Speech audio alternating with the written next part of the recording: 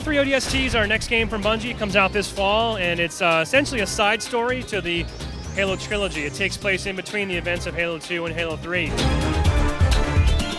biggest change now is you're not Master Chief, you're actually a whole new hero. You're an orbital drop shock trooper, and you and your squad mates are dropped into the city of New Mombasa after the Covenant have already arrived. And over the course of the game, your mission is to try to piece together clues about where your squad mates have ended up, what's happening in the city, and hopefully try and turn the tide of the battle against the Covenant. Today we're showing off our new cooperative gameplay mode. It's called Firefight. It's for up to 4 players over Xbox Live or System Link. Really, it kind of boils down the essence of the Halo gameplay experience. It's you and your buddies diving right into combat, and the goal is to try and outlast and survive and rack up high scores, achievements, and bragging rights. A couple cool twists about this, though, is that we have the skulls that are back from Halo 3. These are gameplay modifiers that, as you get further along in Firefight, they'll turn on automatically. So it'll activate, change the way the game is being played. Things like catch that makes enemies throw grenades like crazy. There's ones that'll double the health of the enemies. There's ones that make the enemies immune to bullets. So the further you get in Firefight, the more skulls you have to deal with and sort of react accordingly. It's a true cooperative game mode, so you have a shared pool of lives. So you and your teammates have 7 lives to get through 5 waves. It really pays to work together. If you happen to get through 5 waves, you'll get new lives replenished back to you. And all the enemies you fight along the way are pretty much random, so you never know what you're going to get. The exception being at the 5th wave, all the time you're going to get a couple of the big brute chieftain guys to come in, and if you can happen to beat them, the game will reward you with some extra points, more ammo, more lives. A new skull turns on, and you keep going again. So there's really no end to Firefight. ODST has a couple different takes on the game series compared to prior games.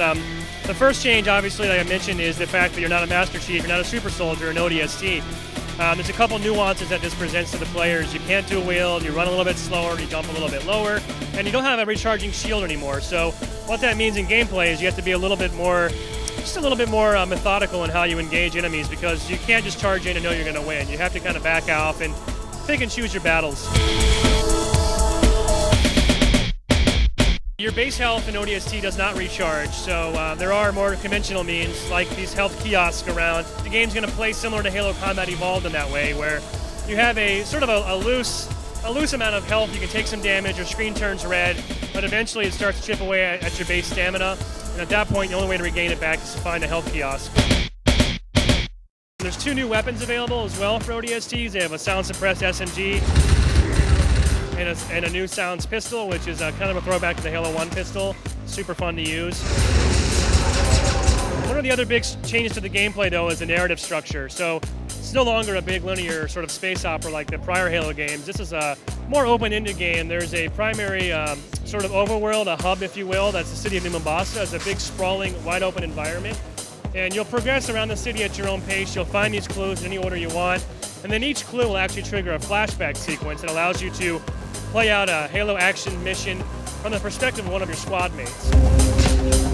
There's really 2 sides to the game. You're by yourself at night in the city as the rookie, trying to find clues, trying to avoid Covenant patrols. But then when you find a clue, you'll flashback, play through some more high-octane, typical Halo gameplay, blow up a bunch of Covenant, and then you'll flash back to the rookie again. You'll kind of do this back and forth until the timelines converge and the game will play out at that point. There's also a whole second disc included in the box. It's the Halo 3 Complete Multiplayer Collection. It's got 24 total maps, 3 of which are brand new, not available anywhere else. That's a standalone disc, so all the maps we released on Xbox Live over the past 2 years will be available, one little convenient disc. And also, holding on to your ODST disc guarantees you'll be able to access the Halo Reach multiplayer beta whenever that goes live. ODST is in stores on September 22nd.